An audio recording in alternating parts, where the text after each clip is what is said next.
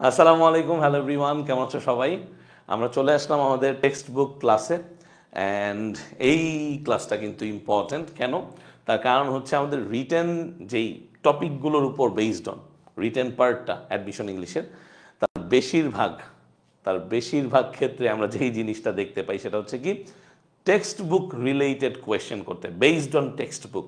So it is very important যে আমরা এই টেক্সট বুকের যে গুরুত্বপূর্ণ প্যাসেজগুলো আছে সেগুলো একটু ভালো করে পড়ি, সেগুলোর গুরুত্বপূর্ণ লাইন্সগুলো একটু অ্যানালাইসিস করি, অ্যান্ড কীভাবে এখান থেকে কোয়েশ্চেন আসলে আমরা আনসার করতে পারি এই ব্যাপারে আমাদেরকে অবশ্যই একটু চিন্তা করতে হবে। সো প্রথমত আমি একটু বলে নিই, আমাকে স্পষ্ট দেখতে এবং শুনতে পাচ্ছ কিনা একটু কাইন্ডলি বলবা। যদি স্পষ্ট দেখতে এবং শুনতে পাও, আমি একটু দেখি সাউন্ডটা ঠিক আছে কিনা। ওকে, পারফেক্ট, সাউন্ড একদম পারফেক্ট আছে। আমি জাস্ট ক্লাসটা তোমাদের সাথে শেয়ার করে দিচ্ছি, ক্লাসটা তোমাদের সাথে হোয়াটসঅ্যাপ গ্রুপে শেয়ার করে দিচ্ছি। আই হোপ তোমরা আমাকে দেখতে এবং শুনতে পাচ্ছ, রাইট? পারফেক্ট, ঠিক আছে, ডান ডান, একদম ডান। ওকে, ডান। ওকে, সো বেসিকলি তোমাদের একটা কোয়েশ্চেন আছে, সেটা কি যে স্যার এই যে ক্লাসগুলো এগুলো কি আমাদের এমসিকিউতে হেল্প করবে? প্রথম উত্তর হচ্ছে হ্যাঁ, অবশ্যই এমসিকিউতে হেল্প করতে পারে। বাট সেই ক্ষেত্রে আমি আবারও বলবো, আমাদের টেক্সট বুকের ক্লাসগুলো রিটেন ওরিয়েন্টেড। আমাদের অ্যাডমিশন ইংলিশ এমসিকিউ যে ব্যাচটা আছে সেখানে কিন্তু আমরা টেক্সট বুকের যে এমসিকিউ প্রশ্নগুলো আছে সেগুলো পড়াবো। সো এইটা নিয়ে যারা প্রশ্ন করেছিলে বিগত দিন, তারা আশা করি এখন এই কনফিউশন থেকে মুক্তি পেয়েছো, ঠিক আছে? সো এটা নিয়ে ভেবো না যে তোমার ওই আমাদের এমসিকিউ ব্যাচে টেক্সট বুক পড়ানো হবে না বা টেক্সট বুকের রিলেটেড এমসিকিউ পড়ানো হবে না, অবশ্যই পড়ানো হবে। ওকে, সো আমরা আজকে যে লেসনটা দিয়ে শুরু করব সেই লেসনটা হচ্ছে এডুকেশনের একটা অংশ, অর্থাৎ আমরা এডুকেশন অ্যান্ড লাইফ একটা ইউনিট আমরা পেয়েছি, আমাদের শর্ট সিলেবাসে ছিল। আমরা আগে শর্ট সিলেবাসের গুরুত্বপূর্ণ প্যাসেজগুলো কভার করব, তারপরে আমরা শর্ট সিলেবাসের বাইরের প্যাসেজগুলো দেখব। বিগত 2 বছরে কিন্তু আমরা শর্ট সিলেবাস থেকেই কোয়েশ্চেন আসতে দেখেছি। আবারও বলছি, বিগত 2 বছরে শর্ট সিলেবাস থেকেই কোয়েশ্চেন এসেছে। সো তুমি যদি শর্ট সিলেবাসের যেই সিন প্যাসেজগুলো আছে ভালোভাবে কভার করো তাহলে কাজ হয়ে যায়। এবং বিগত বছর ঢাবির বি ইউনিটে কিন্তু এখান থেকেই কোয়েশ্চেন আসছে, অর্থাৎ এই ওয়াই এডুকেশন থেকে আসছে। সো এটা দিয়ে আমরা একটু শুরু করতে যাচ্ছি, কারণ এখান থেকে প্রশ্ন আবারও আসতে পারে। তাহলে ওয়াই এডুকেশন, কেন শিক্ষা, কেন দরকার, শিক্ষা দরকার কেন, এই বিষয়ক একটা কি ছিল প্যাসেজ ছিল, যে প্যাসেজটা আমরা এখানে এনেছি। তো আমরা এই প্যাসেজের সবচেয়ে গুরুত্বপূর্ণ লাইন্সগুলো আজকে একটু দেখব এবং তারপরে আমরা মূলত আমাদের পড়াটা শুরু করব। তাহলে দেখো, এই এডুকেশনটা প্রয়োজন কেন, এটা যদি কেউ তোমাকে জিজ্ঞাসা করে, ধরো তোমাকে কেউ লিখতে বললো যে 5টা লাইন লিখো, ইংরেজি বাক্য লিখো, যে শিক্ষা কেন জরুরি, ওয়াই এডুকেশন ইজ ইম্পর্ট্যান্ট, তাহলে তোমাকে লিখতে হবে না, তোমাকে বুঝতে হবে না যে কি লিখবা, কিভাবে লিখবা, গোছাতে হবে না। সো দেখো, এই প্যাসেজটা ওই ওই পার্টিকুলার একটা ঘটনার উপরেই বেসড অন, যে শিক্ষা কেন জরুরি।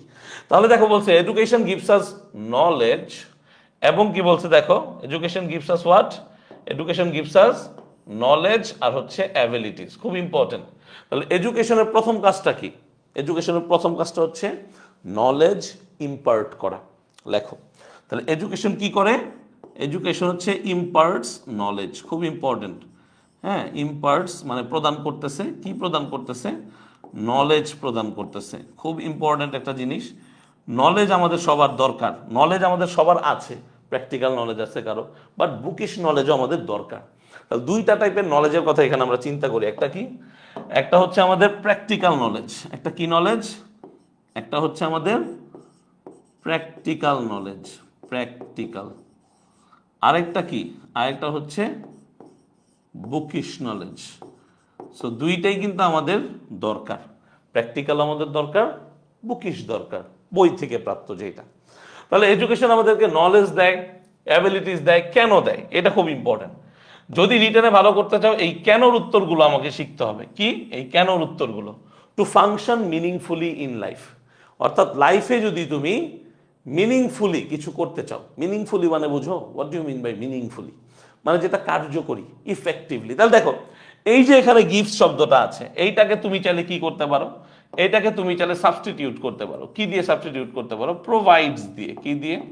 ধরো আমি শব্দটা লিখলাম কি, প্রোভাইডস, ঠিক আছে, এইটা তুমি লিখতে পারো। আবার দেখো, টু ফাংশন মিনিংফুলি, আমরা মিনিংফুলি এটাকে কি বলতে পারি? ইফেক্টিভলি। কি লিখতে পারি আমরা? ইফেক্টিভলি। বুঝছো, এই প্রত্যেকটা জিনিস কিন্তু বোঝার ব্যাপার। আমি কেন তোমাদেরকে এই ভ্যারিয়েশনগুলো দেখাচ্ছি, যাতে করে তুমি লিখতে পারো, যাতে করে তুমি আনসার করতে পারো। তাহলে to function meaningfully in life, এটা কিন্তু একটা ইনফিনিটিভ ফ্রেজ। আমরা কিন্তু এই জন্যই বেসিক ক্লাসগুলো করেছি। এটাকে আমরা কি বলবো? এটাকে আমরা বলবো ইনফিনিটিভ ফ্রেজ। দেখো কি বলবো আমরা? Infinitive phrase. স্যার কেন বলবো ইনফিনিটিভ ফ্রেজ? স্যার আমরা অলরেডি জানি যে এই অংশটুকু হচ্ছে ইনফিনিটিভ, এই অংশটুকু কি ইনফিনিটিভ, এই অংশটুকু হচ্ছে ইনফিনিটিভ, আর এর পরের অংশটুকু হচ্ছে কি শব্দগুচ্ছ। তাহলে এই যে মিনিংফুলি একটা অ্যাডভার্ব, তাহলে আমি এটাকে সাবস্টিটিউট করেছিও কি এই ইফেক্টিভলি দিয়ে। ইফেক্টিভলি বানানটা ভুল আসছে, হ্যাঁ ইফেক্টিভলি বানানটা ভুল আসছে, দেখছো? মুখে একটা বলতেছি, লিখে আর একটা। রিটেনে এটাই সবচেয়ে বেশি হয়। আমি মুখে ইফেক্টিভলি বললাম, কিন্তু আমি কি করলাম? বানান লিখলাম ভুল। বানান কি করলাম? আমি বানান ভুল লিখলাম। তাহলে দেখছো নাম্বার কি হবে? নাম্বার কি আসবে? না, নাম্বার কিন্তু আসবে না। আলটিমেট নাম্বার পাবা না, ঠিক আছে? আলটিমেটলি নাম্বার পাবা না। তাহলে ইফেক্টিভলি নাও, এই যে ওকে। তাহলে এইটা এডুকেশনের প্রথম কাজ, প্রথম একটা লাইন, যে এডুকেশন আমাদেরকে নলেজ দেয় এবং অ্যাবিলিটিস তৈরি করে। খুব ইম্পর্টেন্ট, অ্যাবিলিটি থেকে অ্যাবিলিটিস, সেট অফ অ্যাবিলিটিস। বিভিন্নভাবে বলতে পারো, কি বলতে পারো? যে set of abilities, set of abilities, একটা দুইটা না, অনেকগুলা, একটা সেট আকারে এগুলো আমাদেরকে এডুকেশন কি করে? প্রোভাইড করে। তারপরে কি বলছে? As we learn how to read, write and do arithmetic we gain self confidence. এটা খুব ইম্পর্ট্যান্ট। এই লাইনটার অনেকেই এক্সপ্লেনেশন বুঝে না। এই লাইনটা থেকে একটা এক্সপ্লেনেশন আসতে পারে পরীক্ষায়। এক্সপ্লেনেশন মানে কি? ব্যাখ্যা, যেটা তোমরা কয়েকজন পরীক্ষা দিলে, সবাই কিন্তু পরীক্ষা অ্যাটেন্ড করো নাই। সো এই ভুলটা করতেছো, শেষ পর্যন্ত ধরা খেও না। এই লাইনটা কিন্তু এক্সপ্লেনেশনে আসতে পারে। এই লাইনটা খুবই important. Let me tell you, as we learn how to read, write and do arithmetic we gain self confidence. What do you mean by that? বা এক্সপ্লেইন ইট। এই টাইপের একটা প্রশ্ন আসতে পারে। কিভাবে এক্সপ্লেইন করবা? কি চিন্তা করবা? কিভাবে এটাকে তুমি মানে ফরম্যাটে আনবা? প্রথম কথা, এখানে কি বুঝাইছে এটাকে বাংলায় বুঝতে হবে আমার। আমরা যখন as we learn to read, right, তার মানে আমরা যখন পড়তে শিখি, লিখতে শিখি, আমরা যখন গাণিতিক হিসাব নিকাশ শিখি। খুব ইন্টারেস্টিং না? ধরো তুমি যদি গাণিতিক হিসাব নিকাশ না জানো, তাহলে আমাকে বলো, তোমাকে কি টাকা পয়সার মানে দায়িত্ব দিলে তুমি সেটা মেনটেন করতে পারবা? অবভিয়াসলি না, তাই না? ইট ইজ ভেরি হার্ড, তাই না? It's very difficult. তাহলে এই যে ডু অ্যারিথমেটিক, এটা একটা সহজ শব্দ। তার মানে কি? যে পাটিগণিত করা। যদি আমরা অ্যারিথমেটিককে ওইভাবে চিন্তা করি, সহজ কথা, গাণিতিক কিছু ব্যাপার স্যাপার অথবা গণনা করার ব্যাপার স্যাপার, এইটা কিন্তু লাইফে খুব ইম্পর্ট্যান্ট। কারণ তুমি লিখতে পড়তে জানলে, গণনা করতে শিখলে তোমার সেলফ কনফিডেন্স বাড়বে, অর্জন করবে। তাহলে এই গেইনের একটা সিনোনিম হচ্ছে কি? অ্যাকোয়ার। এই গেইনের একটা সিনোনিম কি? এই গেইনের একটা সিনোনিম হচ্ছে অ্যাকোয়ার, অর্থাৎ কোনো কিছুকে কি করা?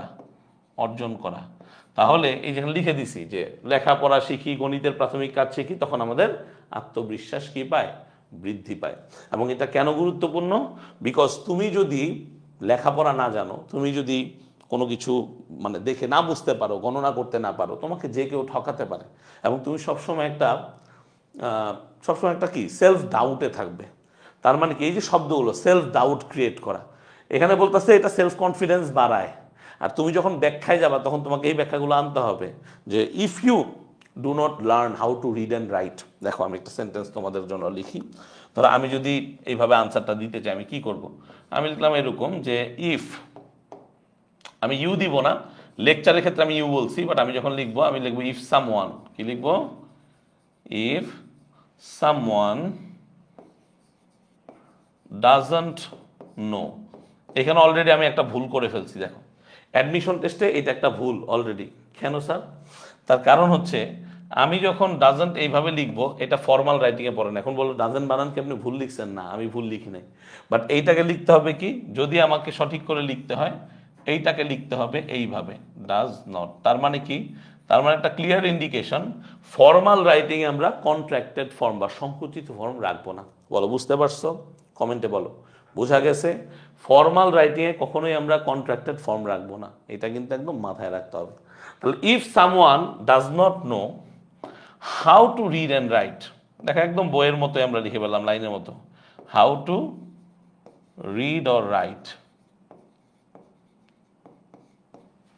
Properly.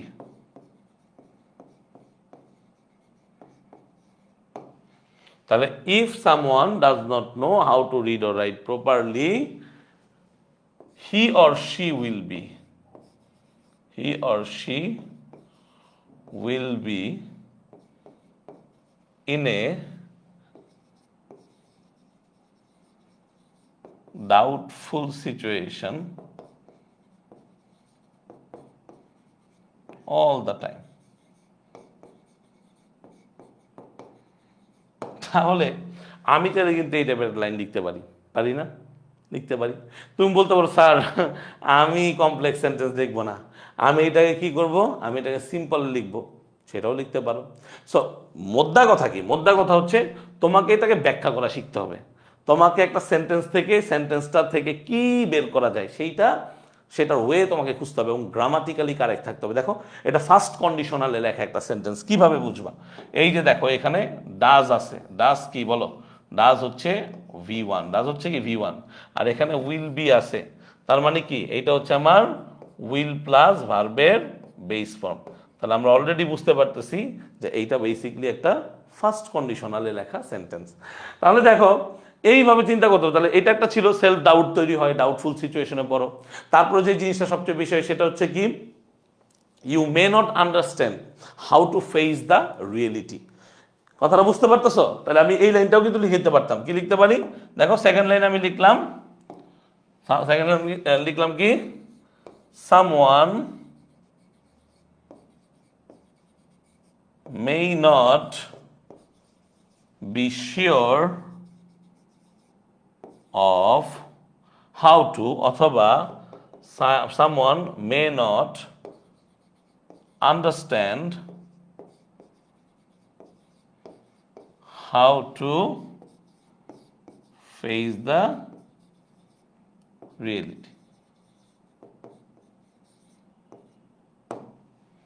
So this is how you will explain more or less. তো এই যে সিচুয়েশনগুলো এগুলা বুঝতে হবে।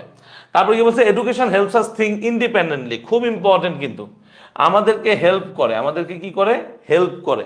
তার মানে কি, এটা আমাদের একটা হেল্পিং হ্যান্ডের মতো। এডুকেশন হচ্ছে একটা টুল, আমি আবারও বলতেছি। দেখো এত কষ্ট করে তোমরা এই ক্লাসটা করতেছো, এটার জন্য তোমরা মানি পে করছো দেখার জন্য, নিশ্চয়ই তোমার একটা আগ্রহ আছে, তোমার একটা ইন্টারেস্ট আছে বাবা। কি আছে? তোমার ভিতরে একটা এনথুজিয়াজম আছে। কেন? যে আমি পড়বো বা শিখবো বা নতুন কিছু জানবো ওনার থ্রুতে, আমার থ্রুতে। তাহলে এই যে দেখো এডুকেশন হেল্পস আস, তার মানে এডুকেশন কিন্তু আমাদের জন্য একটা হেল্পিং হ্যান্ড, এবং এইটা one kind of tool. Education one kind of what? One kind of tool. আমার লেকচারগুলো মনোযোগ দিয়ে শুনবা, আমি যেই শব্দগুলো ব্যবহার করি এই সবগুলোই তোমরা তোমাদের পরীক্ষার হলে লিখতে পারবা, এই জন্য একটু মনোযোগ দিবা, ঠিক আছে? তাহলে এডুকেশন হেল্পস আস থিঙ্ক, অর্থাৎ আমাদেরকে কি করে, ইন্ডিপেন্ডেন্টলি থিঙ্ক করতে হেল্প করে। দেখো এইখানে কিন্তু আমাদের অলরেডি একটা জিনিসের ব্যবহার হয়েছে, সেটা কি? সেটা হচ্ছে আমাদের বেয়ার ইনফিনিটিভ। এখানে টুটা আমরা লিখি নাই, হেল্পের পরে, লেটের পরে, এই ধরনের ভার্বের পরে আমরা বেয়ার ইনফিনিটিভ ইউজ করতে পারি অ্যাকর্ডিং টু দ্য সিচুয়েশন। তাহলে education helps us think independently, এটা কিন্তু একটা adverb by the way, and make our own opinions. খুব ইম্পর্টেন্ট ভাই, আমাদের তো ফ্রিডম দেয়। ইন্ডিপেন্ডেন্টলি মানে কি? স্বাধীনভাবে। এর মানে কি? স্বাধীনভাবে, যে লিখে দিস তো, স্বাধীনভাবে চিন্তা করতে হেল্প করে। তাহলে উইথ ফ্রিডম, ইন্ডিপেন্ডেন্টলি মানে কি? With freedom. কিন্তু মেক আওয়ার ওন অপিনিয়ন্স, এই অংশটা খুবই ডেঞ্জারাস। বলতে পারলাম কিভাবে, এটা কিভাবে ডেঞ্জারাস হলো স্যার? কিভাবে এইটা ডেঞ্জারাস হওয়ার কারণটা হচ্ছে, এই যে অপিনিয়ন তৈরি করাটা, ইটস ভেরি অবভিয়াস যে তুমি যখন না একটু শিখবা, একটু নতুন নতুন জিনিস জানবা, তোমার ভেতর থেকে এটা অটোমেটিকলি চলে আসবে, অটোমেটিকলি চলে আসবে। ইটস নট লাইক যে তুমি মানে এইটাকে ডেভেলপ করবা, নো। যখন তুমি পড়াশোনার মধ্যে থাকো, when you are in a mood of কি, স্টাডি, তখন কিন্তু তোমার ভিতরে কি আসে, তোমার ভিতরে একটা লাইন পড়লে বা একটা জিনিস ব্যাখ্যা করলে, একটা নতুন ল শিখলে, সেটা নিয়ে তোমার ভিতরে অনেক ধরনের চিন্তা ভাবনা তৈরি হয়। আর এইটাই আলটিমেটলি তোমাদেরকে কি করে, অপিনিয়ন ক্রিয়েট করতে হেল্প করে। So make our own opinions, এটা কিন্তু খুব ইম্পর্ট্যান্ট একটা অংশ এখানে। কেন? তার কারণ হচ্ছে যে এডুকেশন আমাদেরকে এটা অটোমেটিকলি হেল্প করে কি করতে, ডেভেলপ করতে। সো এইটা একটু খেয়াল রাখবা, মেক আওয়ার ওন অপিনিয়ন্স। এখানে এই যে ওনটা, এই ওনটা কিন্তু একটা অ্যাডজেক্টিভ, এটা একটা কি অ্যাডজেক্টিভ, অপিনিয়ন্স হচ্ছে কি প্লুরাল নাউন। ওকে, তারপরে দেখো কি বলছে, তারপর হচ্ছে education develops our personality and self awareness. তাহলে আমরা কিন্তু এর ইম্পর্টেন্স অলরেডি শিখে ফেলতেছি।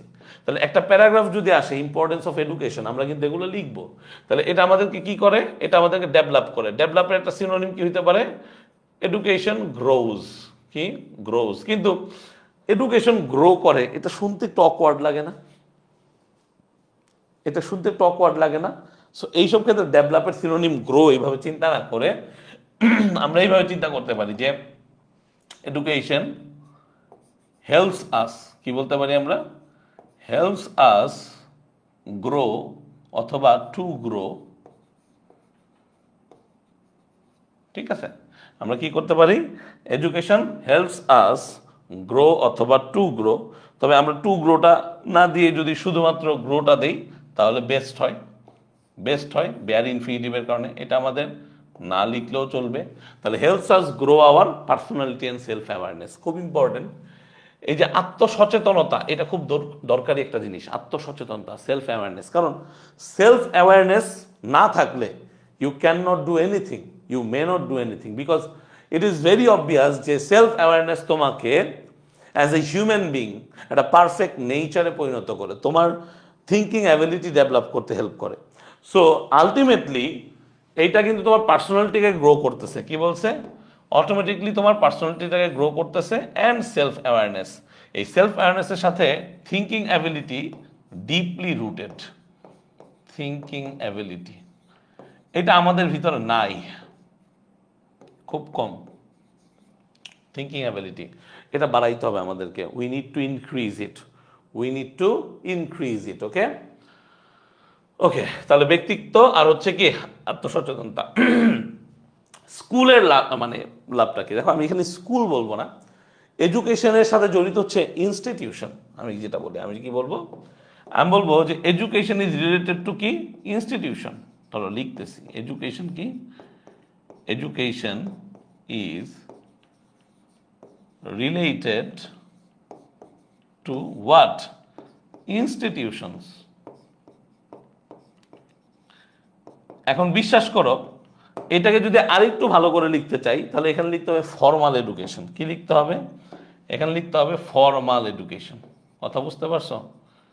কারণ দেখো আমরা শিক্ষা তো ঘরেও পাই, যেটা আমরা কি বলি হোম স্কুলিং। আমাদের ঘরে আমরা যে শিক্ষাটা পাই এটাকে আমরা বলি হোম স্কুলিং। তো ওইটাও তো এক ধরনের শিক্ষা, বাট ফর্মাল এডুকেশনটা নিশ্চিত হয় ইনস্টিটিউশনগুলোতে। তাহলে school helps us feel a sense of belonging and community. তার মানে স্কুল তোমাকে একটা সেন্স ডেভেলপ করতে হেল্প করে। কি করতে ডেভেলপ করে, একটা সেন্স, তার মানে অনুভূতি। কিসের অনুভূতি? স্কুলে যখন তুমি যাও তখন তুমি চিন্তা করো, কি চিন্তা করো, যে আমি একটা কমিউনিটির মধ্যে আছি, আমি একটা সার্টেন গ্রুপ অফ পিপলের সাথে চলাফেরা করি, তাদের সাথে শিখি।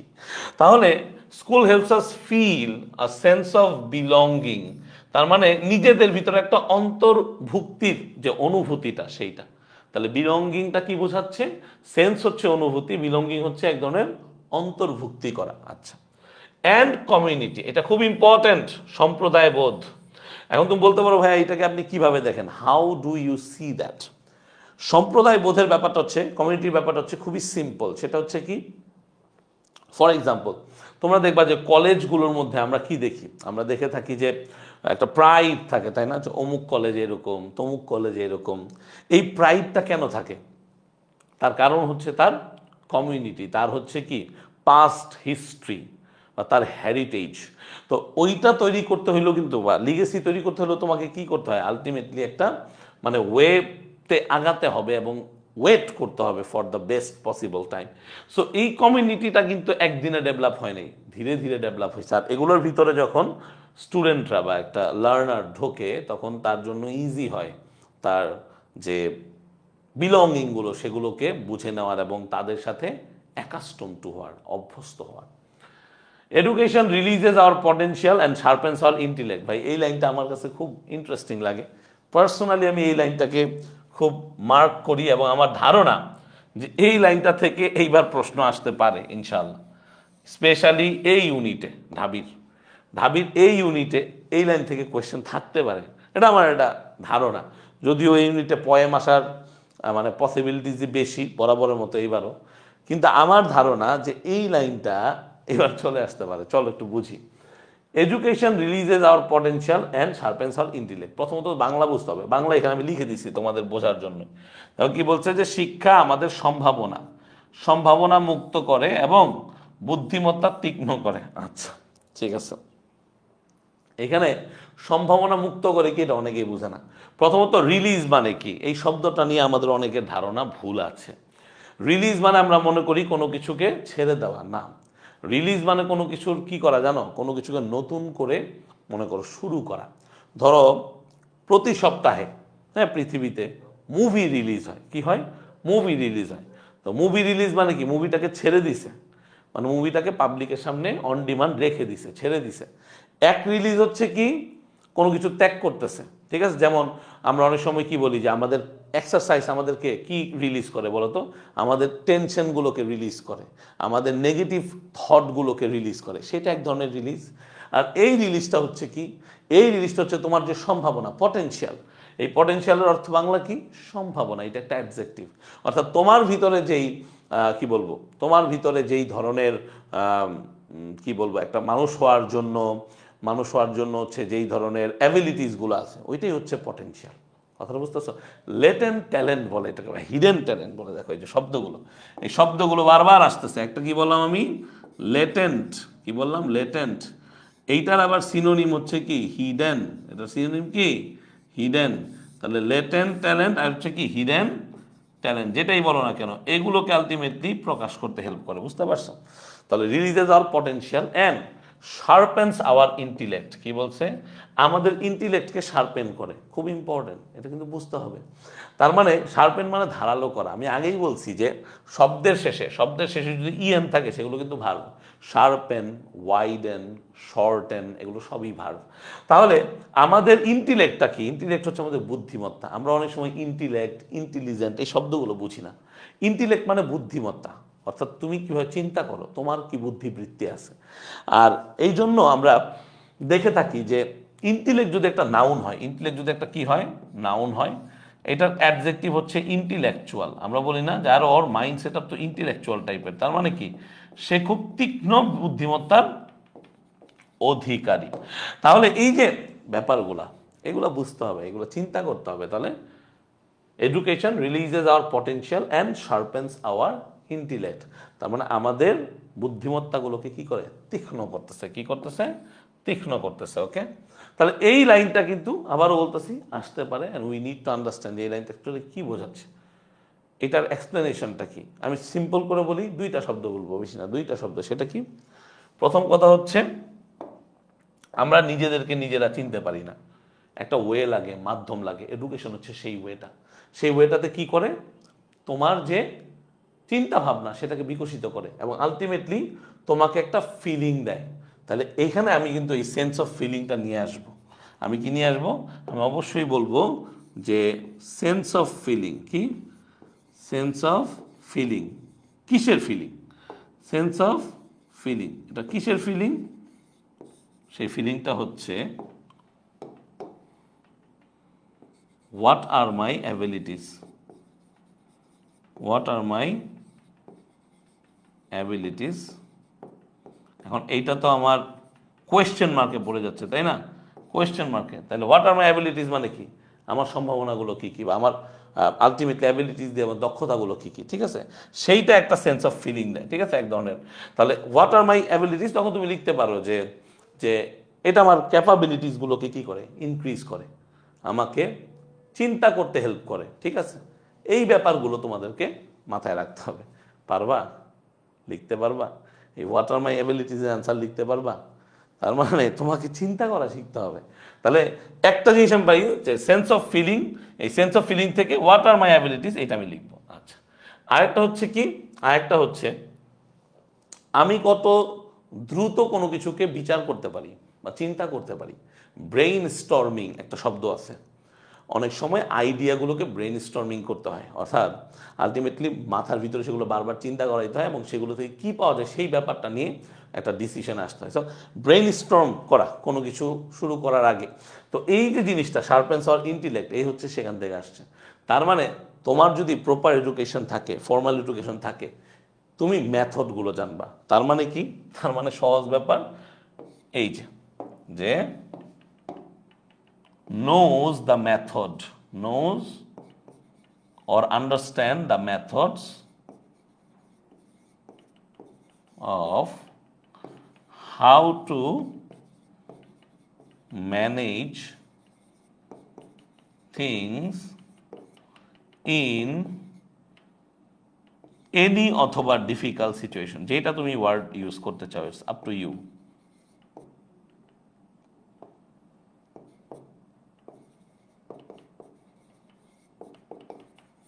ঠিক আছে, বুঝতে পারছো?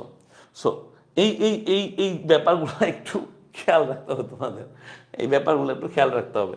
তাহলে একটা হচ্ছে কি, আমাদের সেন্স অফ ফিলিং দেয়, আমার অ্যাবিলিটিসগুলো কী কী সেই সম্পর্কে লিখতে হবে।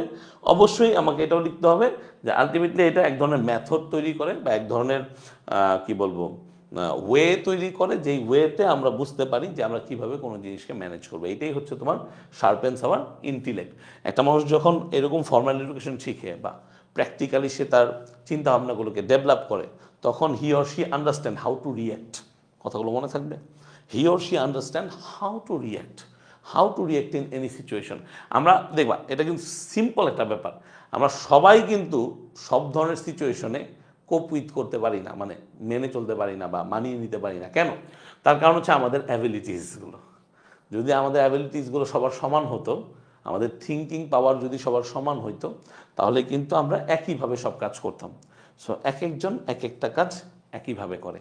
কারো ক্লাসে এই ক্লাসটা মনে হবে আরে কি একটা অর্থহীন ক্লাস, মিনিংলেস ক্লাস হচ্ছে, কি বকবক করতেছে ভাইয়া, কেন বকবক করতেছে। আবার কারো কাছে এটা খুব ইন্টারেস্টিংও লাগতে পারে, কারো কাছে মনে হইতে পারে আরে ওকে দেখি তো কি বলতে চেষ্টা করছে, কেন বলতেছে, আমি কিভাবে কি করব, আমার অ্যাপ্রোচগুলো কী হবে। সো এই যে শব্দগুলো যখন আসে তোমার মাথায়, then you are in a right way, তুমি তখন একটা রাইট ওয়েতে আসো, রাইট প্রসেসে আসো। মনে থাকবে কথাগুলো? ঠিক আছে, ঠিক আছে। তারপরে দেখো, it teaches us to respect human diversity and cultural differences. ভাই কত ইম্পর্ট্যান্ট একটা জিনিস এটা, যে এইটা আমাদেরকে শিক্ষা দেয়, এটা আমাদের কি দেয়? শিক্ষা দেয় টু রেসপেক্ট হিউম্যান ডাইভার্সিটি। এটা খুব ইম্পর্ট্যান্ট, এটা খুব ইম্পর্ট্যান্ট। দেখো বর্তমান পৃথিবীতে আমরা যে জিনিসগুলো কম পাই সেটা হচ্ছে কি, এক হচ্ছে সিম্প্যাথি, দুই হচ্ছে এমপ্যাথি। একটা হচ্ছে সিম্প্যাথি, একটা হচ্ছে এমপ্যাথি। আমাকে প্রায় অনেকে জিজ্ঞেস করে স্যার সিম্প্যাথি আর এমপ্যাথির মূল পার্থক্যটা কি? কিছুই না। সিম্প্যাথিটা হচ্ছে একটা মানে কাইন্ড অফ তুমি যে কোনো একটা সিচুয়েশনে ভালো মন্দ যেখানেই পড়ো, সেই অবস্থা থেকে তুমি যদি কারোর প্রতি কোনো মায়া দেখাও বা তার প্রতি কোনো এক প্রকার ভালো লাগা দেখাও, তখন সেটা হচ্ছে কি ওয়ান কাইন্ড অফ সিম্প্যাথি, মানে কাইন্ডনেসের কাছাকাছি যেটা আমরা দেখাই সবসময়। এমপ্যাথিটা কি? এটা রিলেটেড টু কি, মানে হিউম্যান টু হিউম্যান এটা অনেক বেশি ভ্যারি করে। এমপ্যাথিটা না ইম্পর্ট্যান্ট আমাদের লাইফে বর্তমানে সিম্প্যাথির থেকে, কারণ সিম্প্যাথি তো সবাই দেয়, বাট এমপ্যাথিটা যে অন্যের দুঃখের দুঃখ পাচ্ছে, অন্যের সুখের সুখী হচ্ছে, এবং নিজের সাথে নিজের যে বন্ডিংটা, মানে নিজের সাথে তো পার্সোনাল বন্ডিং আমাদের থাকেই, অন্যের যে বন্ডিংটা এইটাকে মেনটেন করার যে ব্যাপারটা, এমপ্যাথি হচ্ছে সেই জিনিস। সো আমাকে বুঝতে হবে যে ওয়ার্ডের মানে প্যাচগুলা কই। সিম্প্যাথির সাথে কাইন্ডনেস সরাসরি যুক্ত। আমি যদি সিম্প্যাথি শব্দটা ইউজ করি, তখন আমাকে অবশ্যই কাইন্ডনেসের কথা চিন্তা করতে হবে। এই যে আমি সিম্প্যাথি লিখলাম না, দ্যাট মিনস আমি অটোমেটিকলি কিসের কথা ভাবতেছি? I am thinking about kindness. I am thinking about what? I am thinking about kindness. বুঝতে পারছো? ওকে, তাহলে কালচারাল ডিফারেন্সেস এটাও ইম্পর্টেন্ট, যে আমরা জানি যে সবাই একরকম না। Not every one will react equally, not everyone will understand equally, not everyone will go through the same process. সবাই এক জিনিস করবে না, ডিফারেন্ট ওয়েতে করবে। That's why differences should be celebrated. ডিফারেন্সেসগুলোকে সেলিব্রেট করা উচিত আমাদের। বাট আমরা কি করি অনেক সময়, we have a negative thought process most of the time people, আমরা যেটা করি অ্যান্ড উই থিঙ্ক যে আসলে ওয়াই শুড উই আমরা আমরা আমরা কেন পজিটিভ নিব সব কিছুতে একটা সূক্ষ্ম প্যাচ থাকেই আমাদের ধারণা মতে, আমরা যারা একটু বেশি ইন্টেলেকচুয়াল আছি। কিন্তু এটা করা উচিত না। সব কিছুর একটা প্রসেস থাকা উচিত, যে প্রসেসগুলো কি তোমাকে হেল্প করবে যে তুমি ultimately as a human being কী হইতেছো, নিজেকে ডেভেলপ করতেছো। এটা মাথায় রাখতে হবে। সো এই যে কথাটা যে কালচারাল ডিফারেন্সেস, এটাকে অ্যাকসেপ্ট করা শিখতে হবে। We should accept cultural differences. এটা হতে পারে, আমি বাংলায় যেটা বলি, ধর্ম বর্ণ নির্বিশেষে যেই কথাটা, we have to respect that, we have to cope with the situations. Cope up with হয় না, by the way, cope with. এই ভুলগুলো তোমরা অনেকে করো। অনেকে লেখে কি দেখো, এই দুইটা ভুল, কোপ আপ, আর একটা ভুল হচ্ছে কোপ আপ উইথ, এই দুইটাই ভুল। তাহলে ভাই সঠিকটা কি? সঠিকটা হচ্ছে কোপ উইথ। এই ব্যাপারগুলো একটু মাথায় রাখতে হবে। ওকে, ঠিক আছে, আন্ডারস্টুড। ওকে, তাহলে যে ডিফারেন্স, ডিস্টিংগুইশ, পার্থক্যীকরণ, এই শব্দগুলো একটু মাথায় রেখো। আরেকটা শব্দ কি আছে এখানে? ডিস্টিংগুইশ। কি শব্দ আছে? Distinguished. Education Faustus critical thinking and life skills. এই যে ফস্টার শব্দটা, এই ফস্টার শব্দটা আমরা ভুলভাবে নিই। কথাটা বুঝতে পারছো? এই ফস্টার্স, এটা একটা ভার্ব, তাই না? ক্রিটিক্যাল থিঙ্কিং বুঝো তো সমালোচনামূলক যে চিন্তা ভাবনা। তাহলে ক্রিটিক্যাল হচ্ছে একটা অ্যাডজেক্টিভ, আর চিন্তা ভাবনা এখানে একটা নাউনের মতো কাজ করতেছে। অ্যান্ড লাইফ স্কিলস মানে জীবনের দক্ষতা, যে জীবন দক্ষতা, ঠিক আছে? এই লাইফ হচ্ছে তোমার একটা নাউন অ্যাডজেক্টিভ, আর স্কিলস হচ্ছে নাউন। তাহলে ফস্টার মানে কি? আলটিমেটলি ফস্টার লালন পালন করা। আমরা ফস্টার শব্দটা শুনলেই লালন পালন করা এই জিনিসটা বলি। এটা লালন পালন করা সবসময় চিন্তা করবো না, কারণ ফস্টারিং ব্যাপারটা একাধিকভাবে ব্যবহৃত হয়। ফস্টারিং কই হইতে পারে? ফস্টারিং হইতে পারে তোমার হচ্ছে, মনে করো, ধরো তুমি কোথাও বড় হইছো, তোমাকে তোমার মা বাবা ছাড়াও অন্যরা কি করছে, রেইজ আপ করছে, সেখানে ফস্টার ওয়ার্ডটা ইউজ করতে পারি। আবার ফস্টারটা আমাদের লাইফের থিঙ্কিংয়ের ক্ষেত্রে, অর্থাৎ এই যেমন এডুকেশন ফস্টার্স ক্রিটিক্যাল থিঙ্কিং, তার মানে এইটা ওয়ান কাইন্ড অফ কি, বিকশিত করতেছে। তো এটা কিন্তু লালন পালন করা না, এটা হচ্ছে বিকশিত করা অর্থে ব্যবহৃত হয়েছে। তাহলে education Faustus critical thinking and life skills, এই লাইনটাও কিন্তু মোটামুটি ইম্পর্টেন্ট। সো এই ব্যাপারগুলো মাথায় রাখো। তা এখন এই যে জিনিসগুলো স্যার পড়াইলেন, এই লাইনগুলো কেন ইম্পর্টেন্ট? তার কারণ হচ্ছে এই যে দেখো, education also teaches us to appreciate beauty and nature's bounties. ভাই রে ভাই, এইটা হচ্ছে কিসের সাথে কানেক্টেড জানো? এটা কানেক্টেড টু হচ্ছে তোমার যে এটার্নাল যে পিস বা ইনার পিস যেটাকে আমরা বলি, সেটাকে কি বলি আমরা? Inner piece. ভাই আমরা কখন ইনার পিস ফিল করি বলতে পারবা? আমরা কখন ইনার পিস ফিল করি? আমরা ইনার পিস তখনই ফিল করি যখন আমরা আমাদের আল্লাহকে বা অন্য ধর্মাবলম্বী যারা আছো, সৃষ্টিকর্তাকে, সর্বশক্তিমানকে যখন তুমি মানো, যখন তুমি তার দয়া মায়া, তার যে এই যে পুরো নেচারটা সে ক্রিয়েট করে দিছে আমাদের হেল্পের জন্য বা আমাদের সেফটির জন্য, আমাদের বেটারমেন্টের জন্য, এইটাকে যখন তুমি মানো, তখন আলটিমেটলি এই ইনার পিসটা আসে। তাহলে education also teaches us to appreciate, খুব ইম্পর্টেন্ট। আমি কিন্তু বারবার এই শব্দগুলো বলতেছি, একটা বইয়েই আছে অ্যাপ্রিসিয়েট, তারপর হচ্ছে কি অ্যাকসেপ্ট করা। এইটা আমরা অনেক সময় অ্যাকসেপ্ট করতে পারি না। আমরা অনেকে আছি যারা হচ্ছে একটু ডিফারেন্টলি থিঙ্ক করি। আমি তাদেরকে বলবো যে তোমরা ভাববা লাইফ নিয়ে, ডিফারেন্টলি থিঙ্ক করি বলতে আমরা অনেকেই আমাদের রবের থেকে দূরে আছি। ডাইরেক্ট কথা, যেটা আমাদের সর্বশক্তিমান যে আছেন উনার থেকে দূরে আছি, তার সান্নিধ্যে আমরা নেই। সো এইসব ক্ষেত্রে অ্যাকসেপ্টেন্সটা আসে না, অ্যাকসেপ্ট করাটা কঠিন হয়ে যায়। কি যে সৌন্দর্যটা, এই যে পৃথিবীটা এত সুন্দর, এই যে পৃথিবীটার ভিতর যে এত সৌন্দর্য, এটা কে তৈরি করছে? আল্লাহ পাক। আমি যদি বলি অ্যাজ এ মুসলিম, তাহলে এই যে নেচার্স বাউন্টিজ, এটা খুবই ইম্পর্টেন্ট এবং স্ট্রং একটা ওয়ার্ড। বাউন্টিজ মানে হচ্ছে তোমার আলটিমেটলি উদারতা, ঠিক আছে? অর্থাৎ সেই ক্ষেত্রে আমরা বলতে পারি উপকার বা গিফট। এই যে নেচার আমাদেরকে যে গিফট দিয়েছে, এই বাউন্টিজের একটা সিনোনিম কি হইতে পারে? বাউন্টিজের একটা সিনোনিম কিন্তু হইতে পারে গিফট। কি হইতে পারে? গিফটস। নেচার আমাদেরকে কি করছে? নেচার আমাদেরকে সব কিছু দিছে, সব কিছু, সব কিছু। কথা বুঝতে পারছো? সব কিছু দিছে। তাহলে এই যে সব কিছু আমাদেরকে দিছে, এটা আমাদেরকে অ্যাকসেপ্ট করতে হবে, we should appreciate it. Okay, so এইসব লাইন কিন্তু লিখতে গেলে তোমাকে একটু চিন্তা ভাবনা করে বেশি লিখতে হবে এগুলো এক্সপ্লেনেশন, সো বি কেয়ারফুল। ওকে, এবং সেই ক্ষেত্রে আউট অফ দ্য কনটেক্সটও জিনিস নিয়ে আসতে হতে পারে। Nature can be our best teacher and if we learn from it. তাহলে নেচারকে কিন্তু অনেক গুরুত্ব দেওয়া হয়েছে, নেচারকে। এখানে নেচার মূলত একটা কি, একটা পাওয়ার বা একটা ফোর্স। কি বলতেছে আমরা? নেচার হচ্ছে একটা পাওয়ার অথবা ফোর্স। এটাকে কে চালায়? এটাকে চালায় হচ্ছে অলমাইটি। এটাকে চালায় কে? অলমাইটি, অলমাইটি ক্রিয়েটার, আল্লাহ সুবহানাহু ওয়া তাআলা।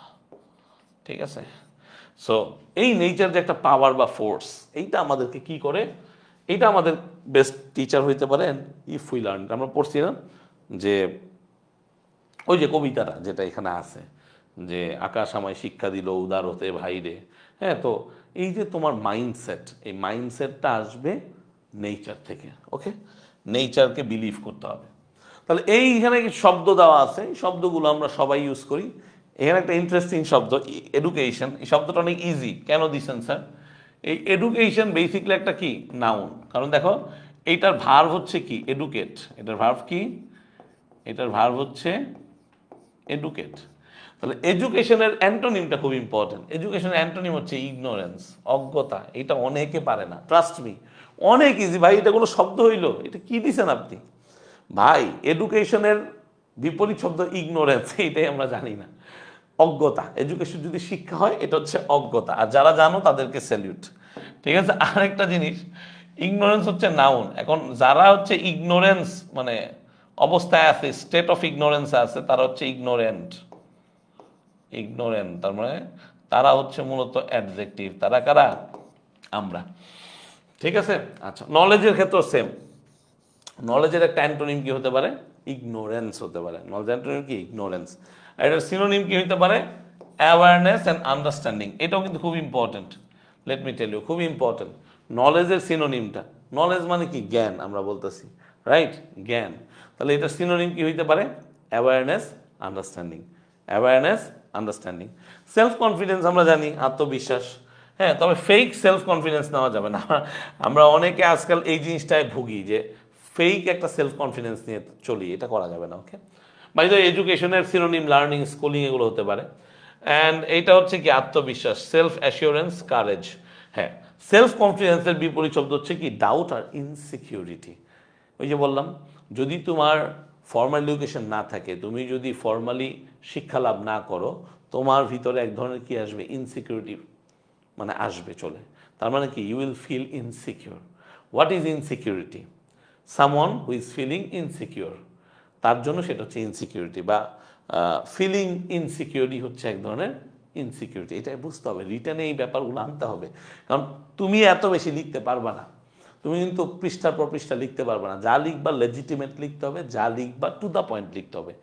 ভর্তি পরীক্ষায় এটা মাস্ট, যে টু দ্য পয়েন্ট লেখা আর হচ্ছে লেজিটিমেট লেখা। আজাইরা ফাও প্যাচাল লেখাই যাবে না। আজাইরা ফাও প্যাচাল কি করা যাবে না? লেখাই যাবে না। আন্ডারস্টুড? আন্ডারস্টুড?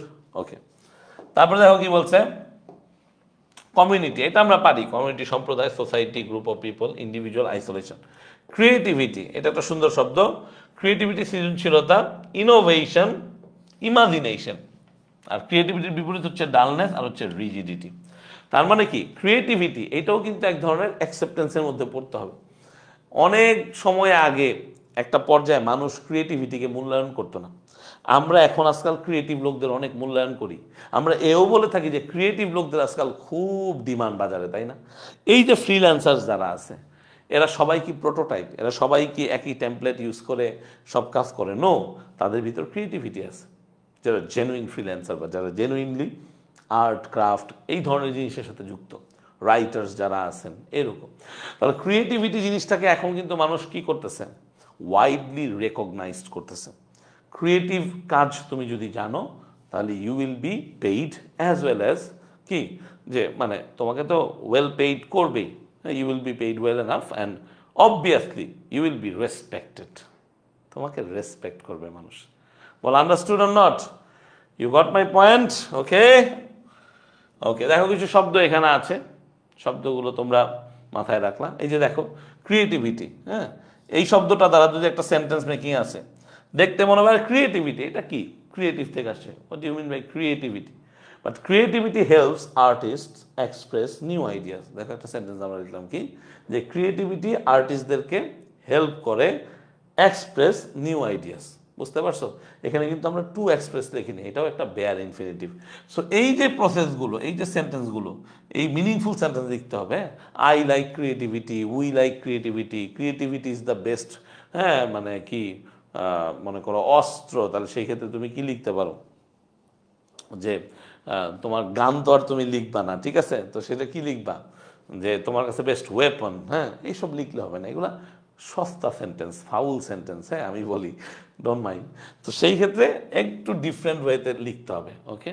যেমন দেখো এই যে কমিউনিটি, হ্যাঁ, I live in a community, এটা তোমরা অনেকে লিখবা, 90% of the students will write down it, I live in a community. No ভাই, তুমি কমিউনিটি নিয়ে এইভাবে চিন্তা করো যে তুমি কমিউনিটিতে বসবাস করো, তুমি কমিউনিটির একটা অংশ, I am a part of our community. No, why you are thinking like this? তুমি এভাবে থিঙ্ক করো, people should work together for a strong community, অথবা people should work together to build up a strong community. তাহলে দেখো হুবহু যে এইটাই লিখতে হবে এমন তো কোনো কথা নাই। এই ফর এ স্ট্রং কমিউনিটির জায়গায় আমরা কি লিখতে পারতাম? আমরা লিখতে পারতাম টু বিল্ড আপ, কি লিখতে পারতাম? Two build up a strong community.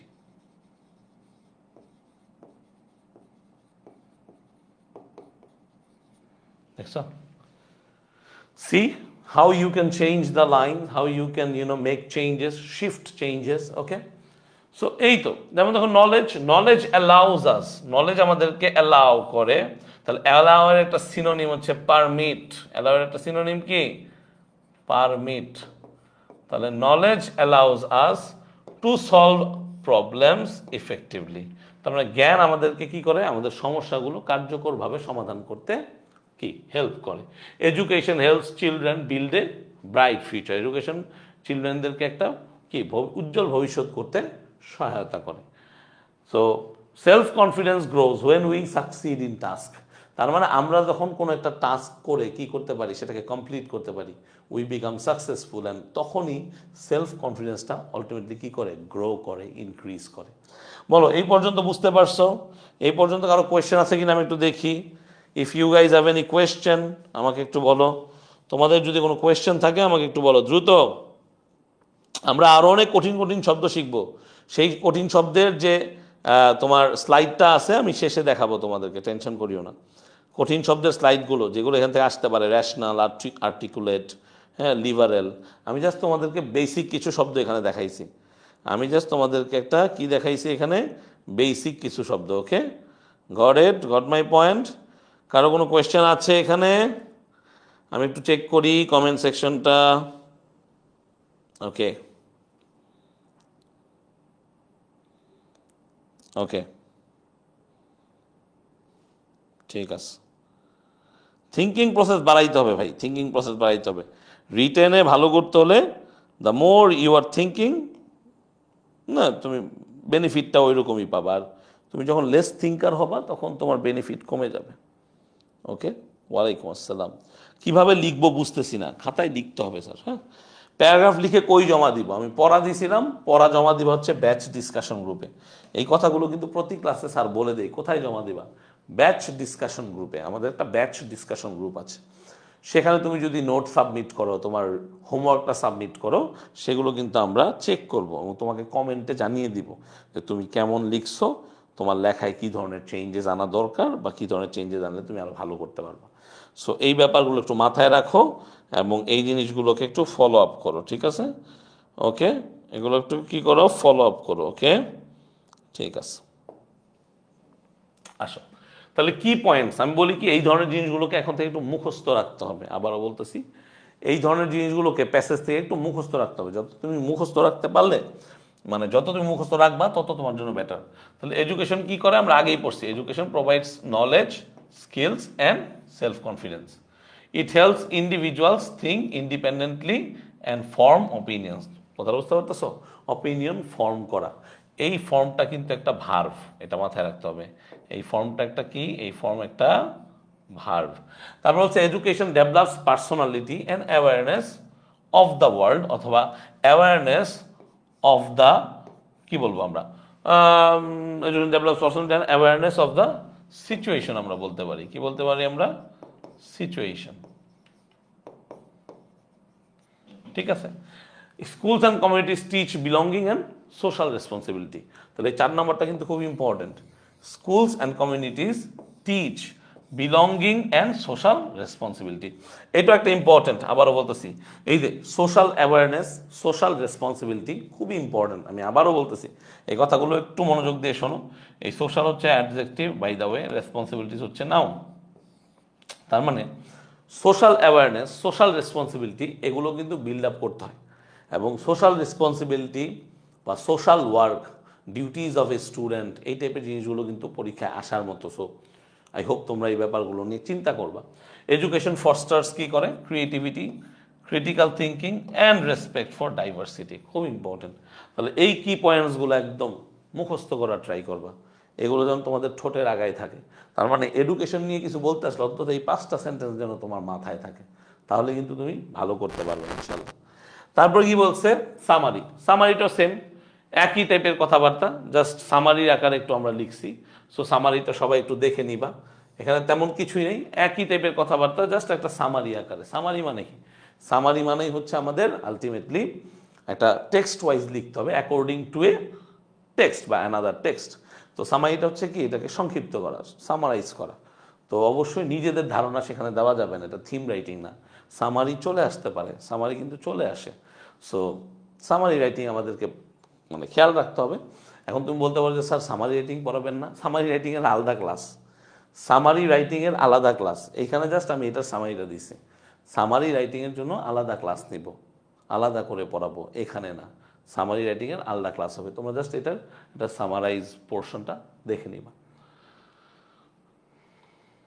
ওকে, এখন আসো, প্যারাগ্রাফ আসতে পারে এখান থেকে। যে প্যারাগ্রাফটা আসতে পারে সেটা হচ্ছে কি, সেটা হচ্ছে এই যে, সেটা হচ্ছে দ্য ইম্পর্টেন্স অফ এডুকেশন। কি আসতে পারে, দ্য ইম্পর্টেন্স অফ এডুকেশন। ঠিক আছে, এডুকেশনের ইম্পর্টেন্সটা, এটা কিন্তু একটা গুরুত্বপূর্ণ প্যারাগ্রাফ হইতে পারে। তাহলে দেখো, এখন এই টাইপের যে সেন্টেন্স, দেখো আমি আবারও বলি, এগুলো লিখে আনছি ব্যাখ্যা করার জন্য। Education is very important for us, এগুলো হচ্ছে সস্তা লেখা। এখন বলতে পারো স্যার আপনি সস্তা লেখা কেন আনছেন? আমি এই জন্য আনছি যাতে করে আমি ব্যাখ্যা করতে পারি। কারণ আমি যদি মানে আগে থেকেই তোমাদেরকে বলে দিলাম, তোমরা যদি মনে রাখতে পারো তো আলহামদুলিল্লাহ। কিন্তু তোমরা যা লিখবা সেটা তো আমাকে মানে বলতে হবে। তো তোমরা অনেকে লিখবা education is very important for everyone, বা education is very important for surviving. কি লিখলাম আমরা? Surviving.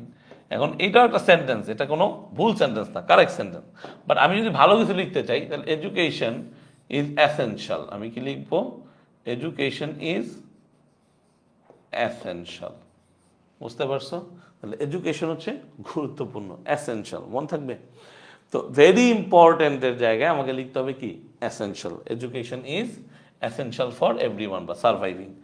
It gives us knowledge and skills to live a better life. তার মানে কি, এটা আমাদেরকে নলেজ দেয় এবং স্কিলস দেয় টু লিভ। এখন তুমি ভাবলা যে আমি লিভ লিখবো না স্যার, আমি লিভের জায়গায় কি লিখবো? আমি লিখবো লিড। আমি কি লিখবো? লিড। লেখো না বাবা, লেখো। You are not incorrect, you are correct. তুমি লিভের জায়গায় লিডও লিখতে পারো, ঠিক আছে?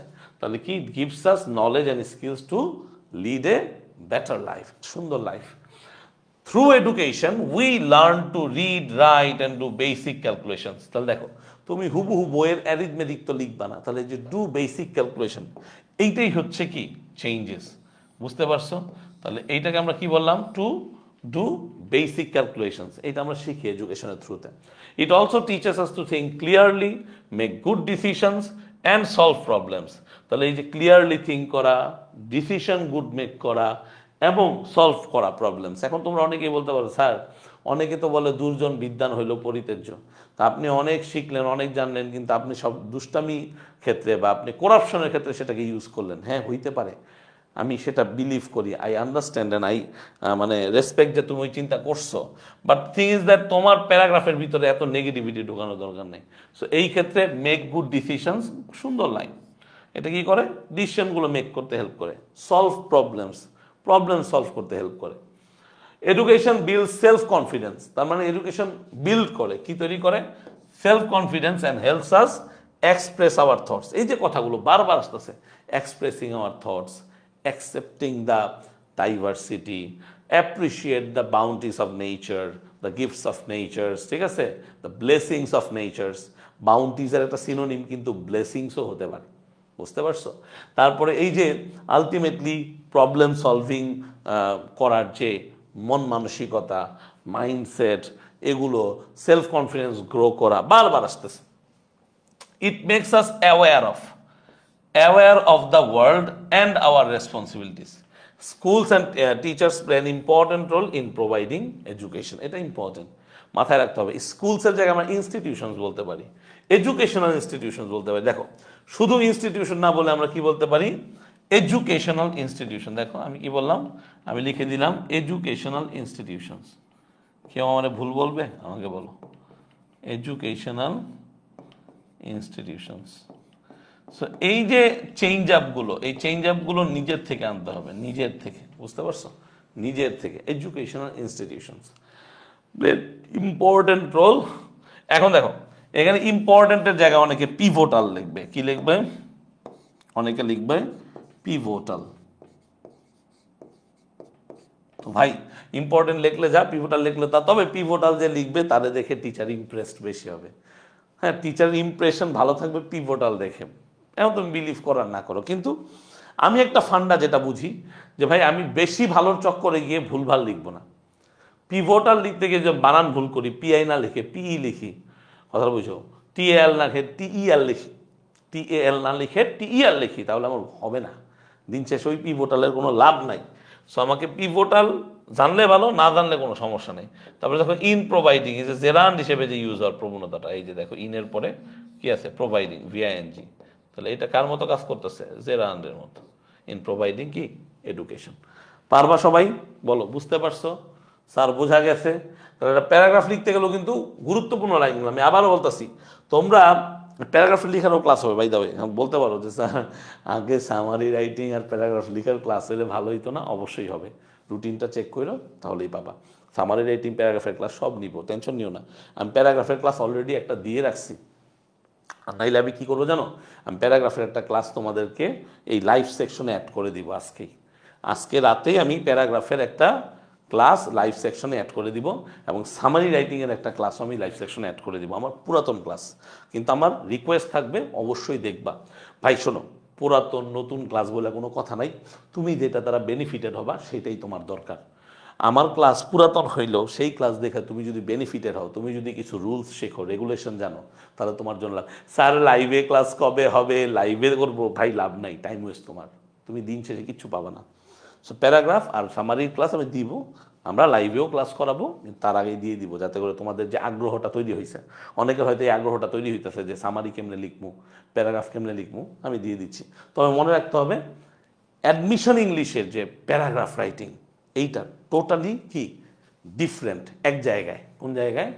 এইটার কি লেন্থে। আবারও বলতেছি, তুমি একাডেমিকে যেভাবে আমি তোমাদেরকে বলবো লিখতে বা চিন্তা করতে, অ্যাডমিশন আমি সেম ওয়েতেই বলবো। আমি আবারও বলতেছি যে শব্দের আধিক্যতা আমার দরকার নাই।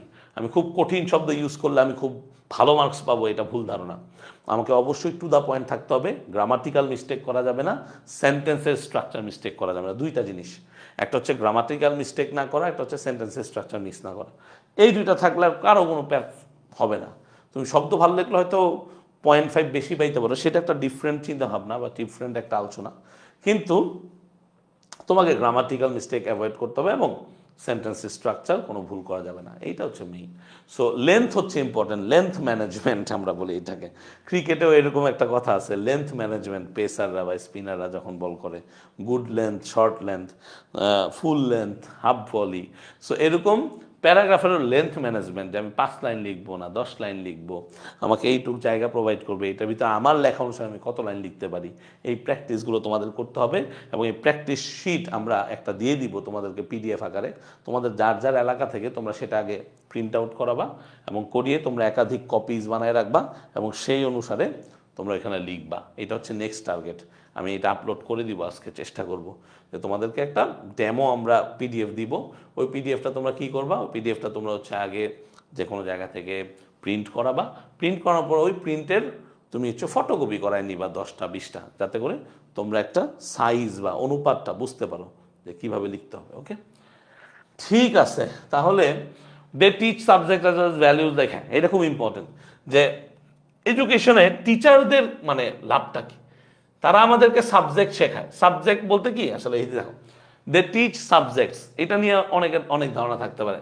সাবজেক্ট বলতে বেসিকলি বুঝাইতেছে কি, যে subject based knowledge, subject based knowledge. Okay, এখন এইটা কিন্তু মেইন জিনিস না, আরো একটা জিনিস আছে যেটা হচ্ছে কি অনেস্টি, রেসপেক্ট, ডিসিপ্লিন। মানে ডিসিপ্লিন কিন্তু অনেক জায়গায় আমরা এটাকে মেনটেন করি না। আমার লাইফে আমি করি নাই। আমি I should be honest with myself, আমি আমার লাইফে ডিসিপ্লিন মেনটেন করি নাই, and that's why I have to suffer a lot. আমি স্টিল সাফারিং, ট্রাস্ট মি, আমি এখনো সাফার করতেছি বিকজ অফ মাই কি ইনডিসিপ্লিন নেচার। আমার কিছুটা ইনডিসিপ্লিনের প্রতি আমি অভ্যস্ত হয়ে গেছি, আমার ভিতরে ডিসিপ্লিনটা নাই। সো এইটা আমি ফিল করি অ্যান্ড আই রিগ্রেট ইট। কেন আমি রিগ্রেট করি? বিকজ এইটা অনেক সময় যে দেখো না, বল নয় যে ক্লাস নিতে গেলে স্যার 5 মিনিট 10 মিনিট এদিকে হয়েছে, মাঝে মাঝে ক্লাস যেমন থাকে আর মাঝে মাঝে আমার লাইফের যে ডিসিপ্লিন, যে আমি আগের জিনিসটা একটু হয়তো পরে শুরু করছি, পরেরটা আবার একটু পরে শুরু হয়েছে, এটা আমার জন্য I am responsible for it. But তোমরা অ্যাজ এ হিউম্যান বিং এই জিনিসটা মাথায় রাখবা যে এডুকেটেড হয়ে লাভটা কি, যদি আমি ডিসিপ্লিন না হই। I have to be disciplined in nature, okay? I have to be disciplined in nature and develop social skills. We learn to communicate with, এই যে দেখো এই গ্রামাটিক্যাল ভুল করা যাবে না। কমিউনিকেট উইথ সারা জীবনই বসবে। তুমি কমিউনিকেটের পরে যদি কোনো প্রিপোজিশন বসাও, it should be with, it should be what, with. তাহলে we learn to communicate with others, work in teams and build good relationships.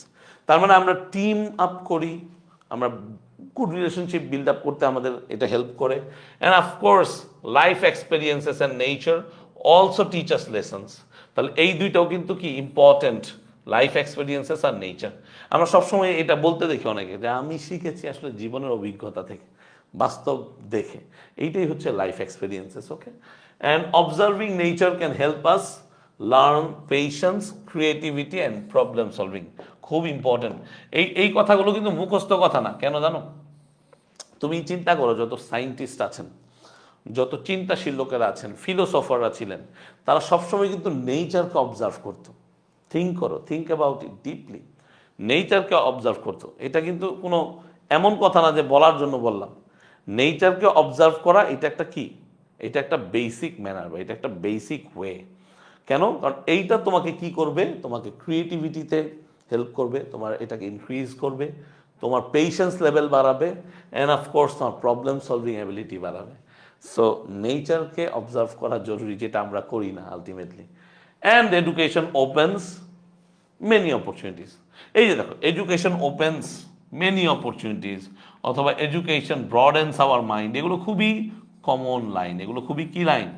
ব্রডেন্স our mind, এগুলো খুবই কমন লাইন। সো তুমি যদি বেসিক পড়াশোনা করো তাহলেও এই লাইন লিখতে পারা উচিত, তোমাদের এই লাইনগুলো লিখতে পারা উচিত। তাহলে বলো, কারো কোনো কোয়েশ্চেন্স আছে? এখানে আরো কিছু জিনিস লেখা আছে। এইসব ক্ষেত্রে আমি জাস্ট মনে রাখবো, এই যে দেখো শেপস মানে কি আলটিমেটলি কি একটা অবস্থান তৈরি করে দেয়, শেপ তৈরি করে দেয়, বুঝতে পারছো? একটা অবস্থান তৈরি করে দেয় অথবা শেপ তৈরি করে দেয়। হ্যাঁ, তাহলে এডুকেশন কি করতেছে? শেপ তৈরি করতেছে। কি শেপ তৈরি করে sir? shapes our personality and builds character build করে and prepares us for life। Sir এত বড় প্যারাগ্রাফ কি লিখতে পারবো? অবভিয়াসলি না। বড় করে দিয়েছি যাতে করে তুমি এখান থেকে সেন্টেন্সগুলোকে নিয়ে নিজের মতো লিখতে পারো। এত বড় প্যারাগ্রাফ কিন্তু লিখতে পারবে না, এত বড় প্যারাগ্রাফ কিন্তু অ্যাডমিশন টেস্টে লেখা যাবে না, এত বড় লেখার সময় নেই। তুমি সর্বোচ্চ কত লাইন লিখবা?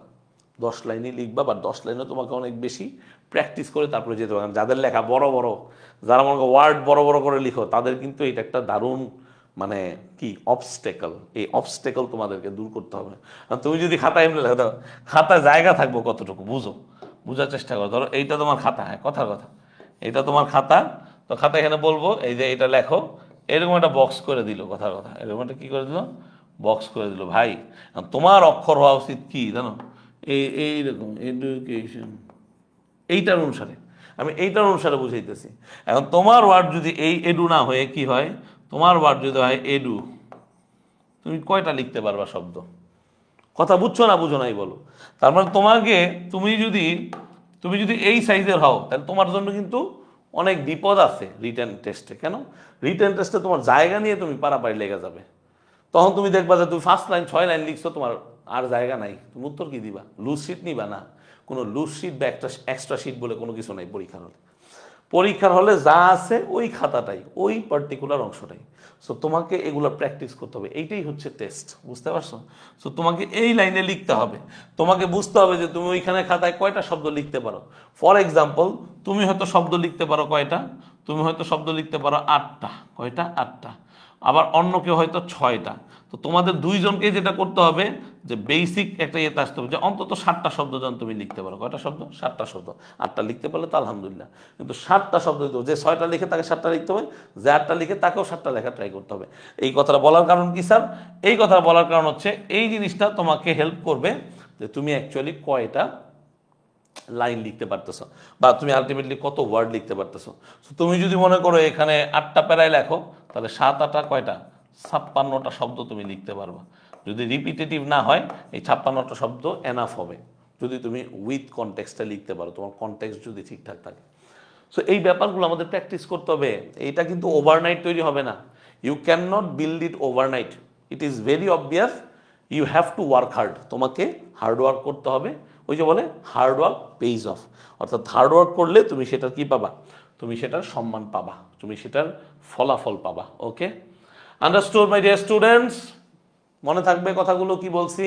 তাহলে প্রত্যেকটা জিনিসের আমি এটা তোমাদেরকে একটু দেখাই। Let me tell you, let me show you, wait, let me show you, by the way, let me show you. হ্যাঁ, এই যে দেখো এরকম থাকবে। এটা ধরো তোমাদের এই যে পরীক্ষাটা, হ্যাঁ, এটা হচ্ছে তোমাদের এই যে আলটিমেটলি যে ইয়াটা থাকবে, তুমি যখন যাবা ডিউ বি ইউনিট বলো, এ ইউনিট বলো, যেটাই বলো, এটা ধরো বি ইউনিটের আন্ডারে বানাইছে, এরকম তোমার admission role, SSC role, HSC role set করে লিখতে হয়, এরকম থাকে ওএমআর গুলো। এটা হচ্ছে ওএমআর এর ব্যাপারটা, ঠিক আছে? ওএমআর এর ব্যাপারটা এটা হচ্ছে কি? ওএমআর এর ব্যাপারটা। মানে এখানে তুমি হচ্ছে এমসিকিউ পার্টটা আনসার করবা। আর আমরা যদি রিটেন পার্টে যাই, আমি একদম একদম তোমাদেরকে দেখাই যে কেমন জায়গাটা থাকে। এই যে দেখো, আমি জাস্ট এমনি একটু লিখতেছিলাম ওই দিন। ধরো তোমার প্যারাগ্রাফ রাইটিংয়ে 5-এর জায়গায় 10ও থাকতে পারে, 5-এর জায়গায় কত? 10ও থাকতে পারে। কত থাকতে পারে? 10ও থাকতে পারে।